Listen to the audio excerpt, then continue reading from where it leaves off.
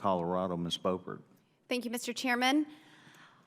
Almost 3 years of COVID madness, mask mandates, vaccine mandates, a $4.6 trillion spending spree, school, church, statewide shutdowns.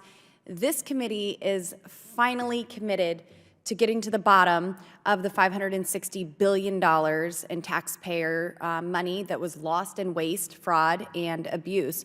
The GOA estimates that there is still $90.5 billion in COVID-19 relief funds that remain available for obligation and are vulnerable to that same waste, fraud, and abuse. GOA and IGs have identified multiple recommendations to protect against waste, fraud, and abuse that have yet to be implemented by the Biden administration. Instead, they have thrown more money at the problem. Rather than being reactive and spending more money to find money, the federal government should enact policies to ensure that this kind of abuse never occurs again.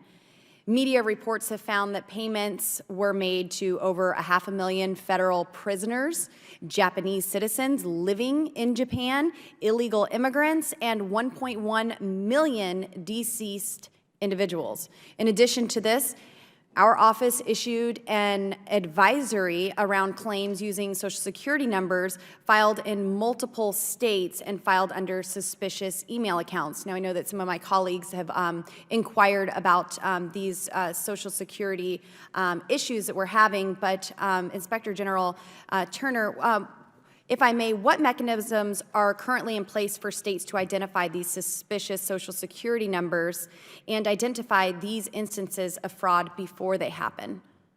I would say IT modernization is one of the keys, but also a lot of the states are using the Integrity Data Hub, which the National Association of State Workforce Agencies are using.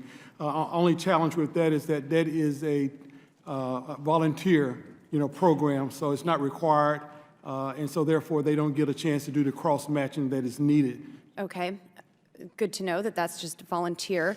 And are there any specific challenges states are having to access the master death file at the Social Security Administration? I believe that the IDH as well, that's where they can do that cross-matching, and they do use the master death file. And it was also mentioned that your office has referred over 23,000 fraudulent claims that cannot be processed federally back to the states for further action, and you are tracking those. Have any criminal referrals aligned with this been made from any of the IGs? Have there been any criminal referrals issued for the waste, fraud, and abuse? I'm not, are you saying about from the 23,000 or just in general? In total. There's so I'm sorry, I know about the 23,000, okay. But over all of this, have there been any? Yeah, we've had 1,200 indictments, and we've had 600 convictions. Incredible, thank you. And Inspector General Shoemaker, with over $76 billion of potential fraudulent PPP and EIDL loans, what is SBA's plan to investigate these cases, and how does your office plan to conduct the oversight for this plan? Sure. So our investigative work so far has resulted in 793 indictments, 635 arrests, 446 convictions. We've received $20 billion returned from the borrowers in the EIDL program, as well as $8 billion from the financial institutions. We have over 500 cases ongoing at present. We work cooperatively with the DOJ, Joint Strike Forces. We have high success rate in bringing, we bring evidence to the prosecutors. They're willing to take these cases, and the wrongdoers are getting significant sentences, 4 or 5 years.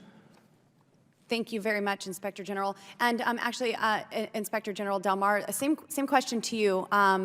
Any criminal referrals, indictments, prosecutions that have taken place? Yes, ma'am. I don't have the number with me. I can certainly get that for you. We've worked with the Department of Justice, and we've worked with some state agencies as well. We also pursue and encourage civil remedies to recover the funds. Thank you very much. I appreciate all three of you being here and testifying before this subcommittee today. Appreciate your work and your service, and with that, I yield.